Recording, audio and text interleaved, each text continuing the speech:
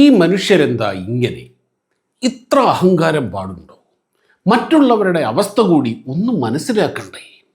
അവരുടെ സ്ഥാനത്ത് നമ്മളാണെങ്കിൽ ഇങ്ങനെ ചെയ്യുമോ? കണ്ടാൽ എന്തൊരു ഡീസൻറ്റ്, അടുക്കുമ്പോഴേ അറിയൂ എത്രത്തോളം വിഷമാണെന്ന്.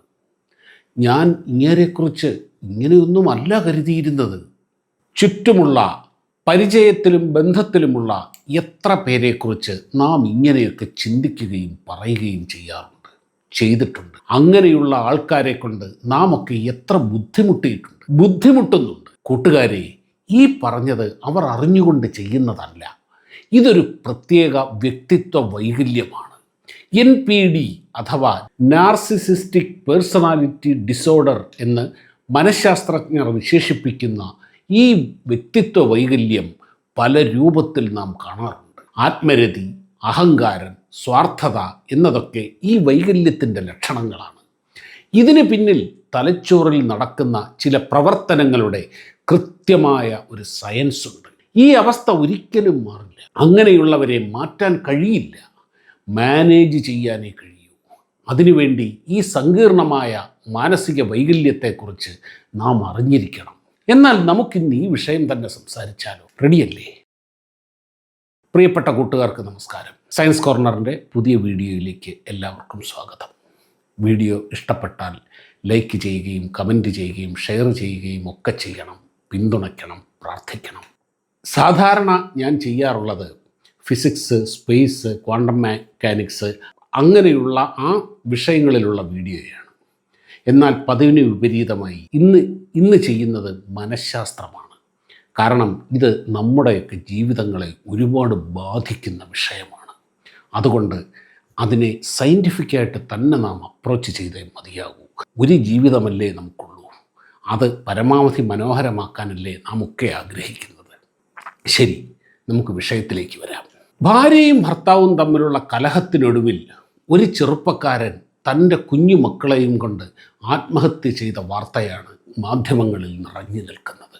വ്യക്തികൾ തമ്മിലുള്ള ഈഗോ കൂടിക്കൂടി അതെത്രത്തോളം അപകടകരമാകാം എന്നതിൻ്റെ ഏറ്റവും പുതിയ ഒരു ഉദാഹരണമാണിത്.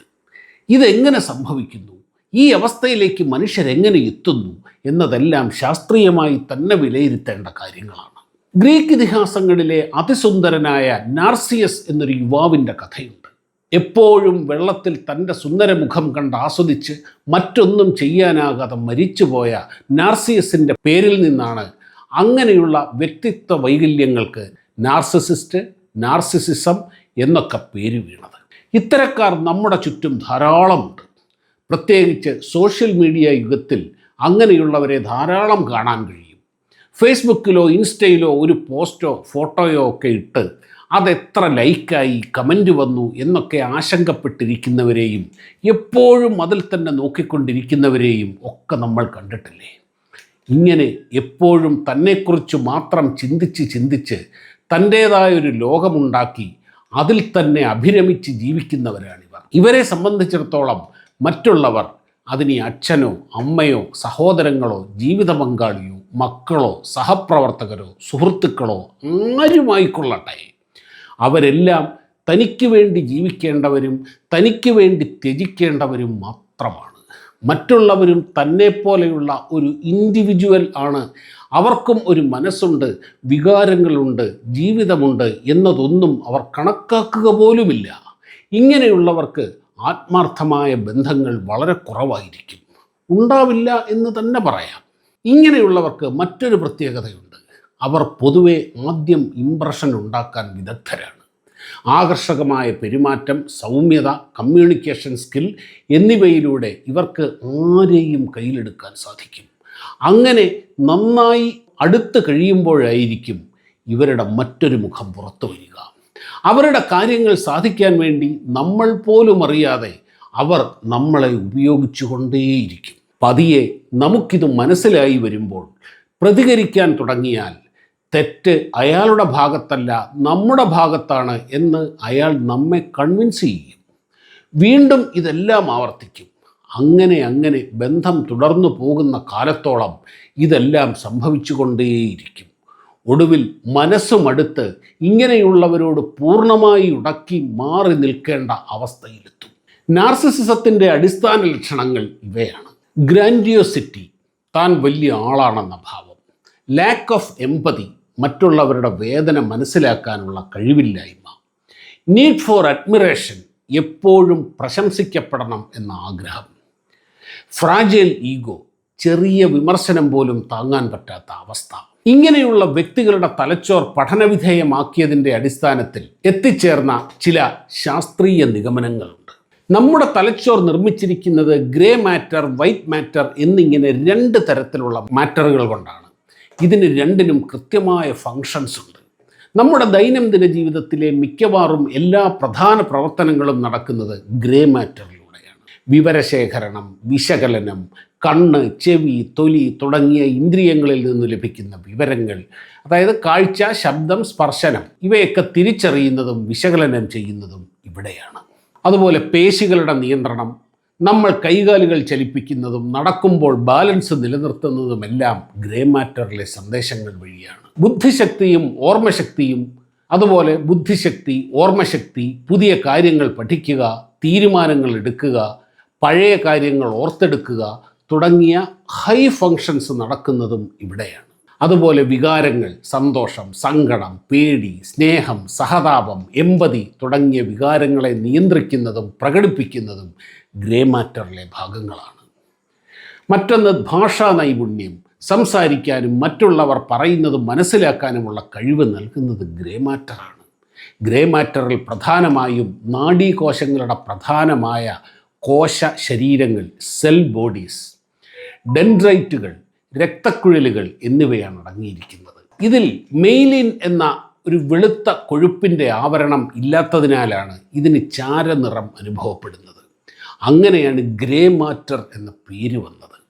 തലച്ചോറിൻ്റെ ഏറ്റവും പുറമേയുള്ള പാളി അഥവാ സെറിബ്രൽ കോർട്ടക്സ്, അവിടെയാണ് ഗ്രേ മാറ്റർ കൂടുതലായി കാണപ്പെടുന്നത്. എന്നാൽ സുഷുമ്ന നാഡിയിൽ, അതായത് സ്പൈനൽ കോഡ്, ഇവിടെ ഇത് ഉൾഭാഗത്താണ് സ്ഥിതി ചെയ്യുന്നത്. ഇതുപോലെ വൈറ്റ് മാറ്ററുമുണ്ട്. വൈറ്റ് മാറ്ററിൻ്റെ പ്രധാന ഫംഗ്ഷനുകൾ ശരീരത്തിൻ്റെ പ്രവർത്തനത്തിൻ്റെ സന്ദേശങ്ങൾ കൈമാറുക, നാഡീകോശങ്ങളെ കൈകാര്യം ചെയ്യുക എന്നതൊക്കെയാണ്. ചുരുക്കത്തിൽ ഗ്രേ മാറ്ററിൻ്റെ അളവും ആരോഗ്യവുമാണ് ഒരാളുടെ ബുദ്ധിശക്തിയെയും കാര്യക്ഷമതയെയും സ്വഭാവത്തെയും എല്ലാം വലിയ രീതിയിൽ സ്വാധീനിക്കുന്നത്. നാർസിസിസ്റ്റായ വ്യക്തികളിൽ തലച്ചോറിൽ ഗ്രേ മാറ്റർ കുറവാണ് എന്ന് പഠനങ്ങൾ കാണിക്കുന്നു. മറ്റുള്ളവരോട് ഉണ്ടാകേണ്ട സഹതാപം, അനുകമ്പ, സ്നേഹം, എമ്പതി ഒക്കെ നിയന്ത്രിക്കുന്ന ഈ ഭാഗത്തിന് അങ്ങനെ ശക്തി കുറയും. അതുപോലെ തീരുമാനങ്ങൾ എടുക്കാനും വികാരങ്ങളെ നിയന്ത്രിക്കാനുമുള്ള പ്രിഫ്രോണ്ടൽ കോർട്ടക്സ് എന്ന ഭാഗവും നാർസിസിസ്റ്റുകളിൽ വ്യത്യസ്തമായാണ് പ്രവർത്തിക്കുന്നത്. അതുകൊണ്ടാണ് അവർ പെട്ടെന്ന് ദേഷ്യപ്പെടുന്നതും പ്രതികാരം ചെയ്യുന്നതുമെല്ലാം. ഇവരുടെ ഭയം, ഉത്കണ്ഠ എന്നിവയുമായി ബന്ധപ്പെട്ട അമിഗ്ദല എന്ന ഭാഗം വളരെ സെൻസിറ്റീവാണ്. അതുകൊണ്ട് ചെറിയ കാര്യങ്ങൾ പോലും അവർക്ക് വലിയ ആപത്തായി തോന്നും. നമ്മൾ ഒന്ന് വിമർശിക്കുകയോ ദേഷ്യപ്പെടുകയോ ചെയ്താൽ ഇവർ പിന്നീട് വളരെ ശത്രുതയോടെ പെരുമാറിയെന്ന് വരും. ഇതാണ് അതിൻ്റെ കാരണം.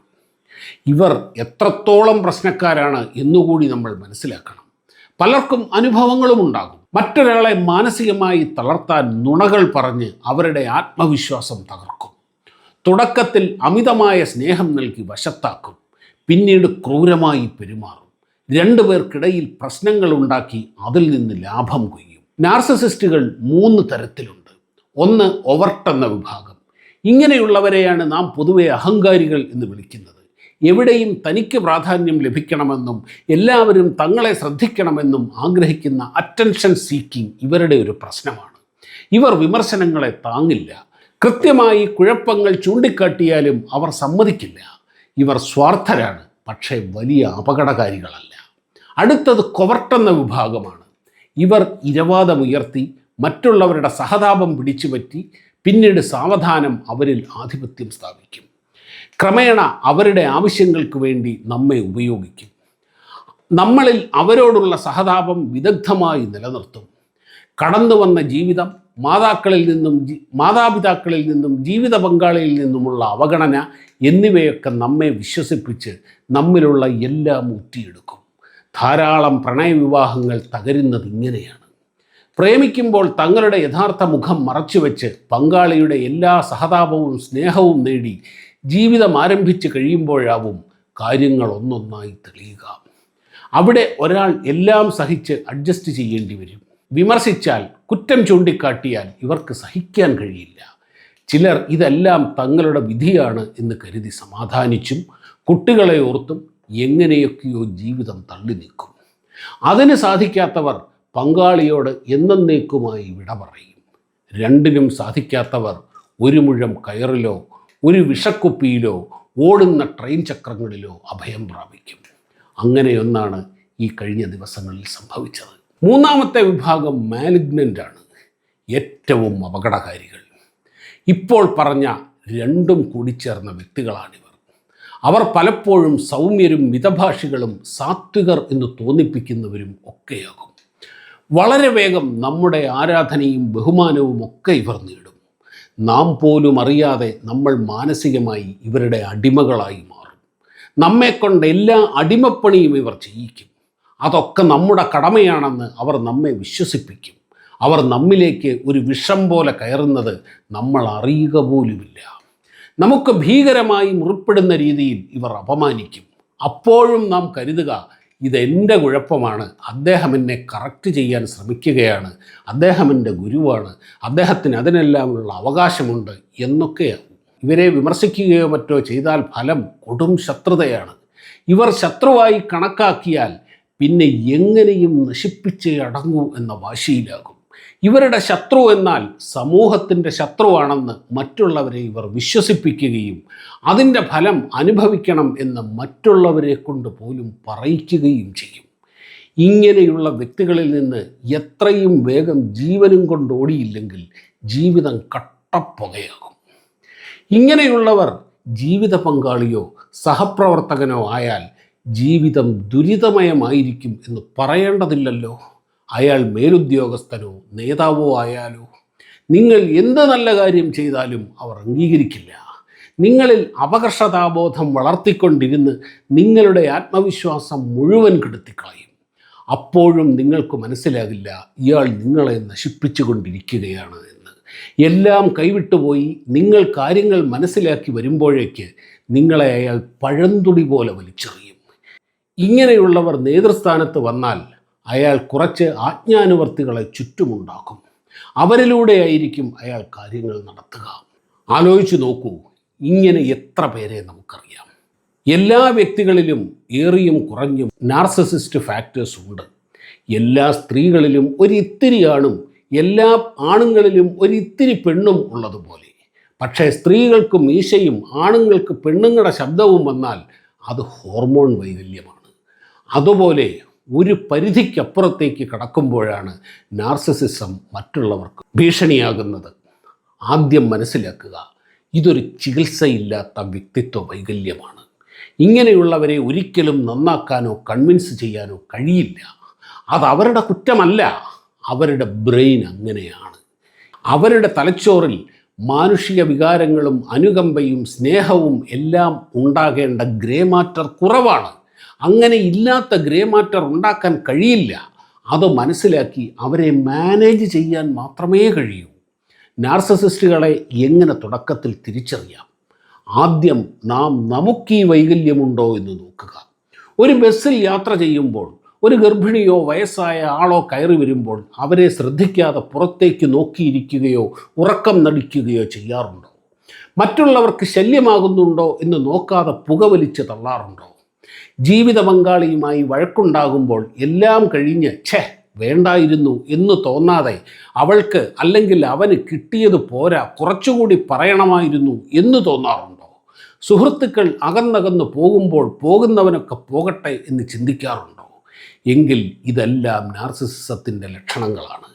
നാം ഇത് സ്വയം മനസ്സിലാക്കിയാൽ അതിനനുസരിച്ച് നമ്മെ സ്വയം നിയന്ത്രിച്ചാൽ ഇവ പതുക്കെ കുറഞ്ഞു വരികയും നമ്മുടെ ബ്രെയിൻ അതിനനുസരിച്ച് പ്രോഗ്രാം ചെയ്യപ്പെടുകയും ചെയ്യും. ആരോഗ്യം മോശമാണെന്ന് തോന്നിയാൽ വ്യായാമവും നല്ല ജീവിതശൈലിയുമൊക്കെ പിന്തുടർന്ന് രോഗങ്ങളെ അകറ്റി നിർത്തുന്നത് പോലെ. നിശ്ചയിച്ചുറപ്പിച്ച് മുഹൂർത്തം തീരുമാനിച്ച് നാട്ടുകാരെ മുഴുവൻ ക്ഷണിച്ച വിവാഹങ്ങളിൽ നിന്നും ചിലർ, പ്രത്യേകിച്ച് പെൺകുട്ടികൾ, പിൻവാങ്ങുന്നത് കണ്ടിട്ടില്ലേ? വിവാഹമുറപ്പിച്ച് കഴിഞ്ഞാകും നാർസിസിസ്റ്റ് ലക്ഷണങ്ങൾ കാണിക്കാൻ തുടങ്ങുന്നത്. അനാവശ്യമായ അധികാരപ്രയോഗം, ഫോൺ വിളിച്ച് കിട്ടിയില്ലെങ്കിൽ ദേഷ്യം, സംശയം, ഭരണം, എല്ലാത്തിനും ന്യായം, നിന്നോടുള്ള സ്നേഹവും കരുതലും കൊണ്ടല്ലേ എന്നും. ഇത് ഒരു രോഗലക്ഷണമാണ്. വിവാഹം കഴിഞ്ഞ് കുട്ടികളൊക്കെ ആയാൽ എന്താവും സ്ഥിതി എന്ന് മുൻകൂട്ടി തിരിച്ചറിയുന്ന പെൺകുട്ടികൾ നാണക്കേടൊന്നും ആലോചിക്കാതെ പിൻവാങ്ങി ജീവിതം സുരക്ഷിതമാക്കും. അവനെ വിശ്വസിച്ച് മുൻപോട്ട് പോകുന്നവരുടെ അവസ്ഥ ദയനീയവുമാകും. വിവാഹങ്ങൾക്ക് മുമ്പ് അത്യാവശ്യമായി ഇരുവർക്കും കൃത്യമായ കൗൺസിലിംഗ്, അടുത്തിടപഴകി നിരീക്ഷിക്കാനുള്ള അവസരം ഒക്കെ നൽകണം. അതുമാത്രമേ ഇവിടെ മാർഗമുള്ളൂ. വ്യക്തികളെ ആദ്യം തന്നെ നിരീക്ഷിച്ച് ഇങ്ങനെയുള്ള ലക്ഷണങ്ങൾ കണ്ടാൽ ആദ്യം തന്നെ അകറ്റി നിർത്താൻ കഴിയും. ഇനി പെട്ടുപോയാൽ കൃത്യമായ ഒരു ബൗണ്ടറി നിശ്ചയിച്ച് കർശനമായി അത് പാലിക്കുക. നാർസിസിസ്റ്റുകൾ അടിസ്ഥാനപരമായി ഭീരുക്കൾ കൂടിയാണ്. തങ്ങൾക്ക് കുഴപ്പമാണ് എന്ന് തോന്നിയാൽ അവർ കുഴപ്പങ്ങൾ ഉണ്ടാക്കില്ല. അവിടെയും രക്ഷയില്ലെങ്കിൽ നല്ലൊരു സൈക്കോളജിസ്റ്റിൻ്റെയോ കൗൺസിലറുടെയോ ഉപദേശം സ്വീകരിക്കുക. അവരെ നന്നാക്കാനോ സ്നേഹം കൊണ്ട് കീഴടക്കാനോ ഒന്നും കഴിയില്ല. അതൊക്കെ വെറും കാൽപ്പനികമായ ഭാവനകൾ മാത്രമാണ്. സുഹൃത്തുക്കളെ, മനുഷ്യ മനസ്സും ചിന്തയും മനുഷ്യനിർമ്മിതമല്ലാത്തത് കൊണ്ട് തന്നെ പൂർണ്ണമായും നമ്മുടെ വരുതിക്ക് നിൽക്കില്ല. കഴിയുന്നത്ര അത് മനസ്സിലാക്കുക എന്നത് മാത്രമേ മാർഗമുള്ളൂ. ഇത് പലരെയും മനസ്സിൽ വെച്ച് ചെയ്ത വീഡിയോ അല്ലേ എന്നൊരു പക്ഷേ ചോദിച്ചേക്കാം. ശരിയാണ്, ഒരുപാട് പേരെ നിരീക്ഷിച്ചും കുറേയേറെ വായിച്ചും ഒരു ശാസ്ത്ര വിദ്യാർത്ഥിയുടെ കർശനമായ റാഷണൽ തോട്ടിലൂടെ എത്തിച്ചേർന്ന നിഗമനങ്ങളാണിത്. അതുകൊണ്ട് തന്നെ ഇത് അയാളെക്കുറിച്ചാണോ ഇയാളെക്കുറിച്ചാണോ എന്നൊക്കെ പലർക്കും തോന്നിയേക്കാം. ആ തോന്നൽ പൂർണ്ണമായും തെറ്റാണെന്ന് പറയാനൊന്നും കഴിയില്ല. വീഡിയോ കണ്ട എല്ലാ സുഹൃത്തുക്കൾക്കും ഒരുപാട് നന്ദി. മറ്റൊരു വീഡിയോയുമായി കാണുന്നതുവരെ എല്ലാവർക്കും നമസ്കാരം.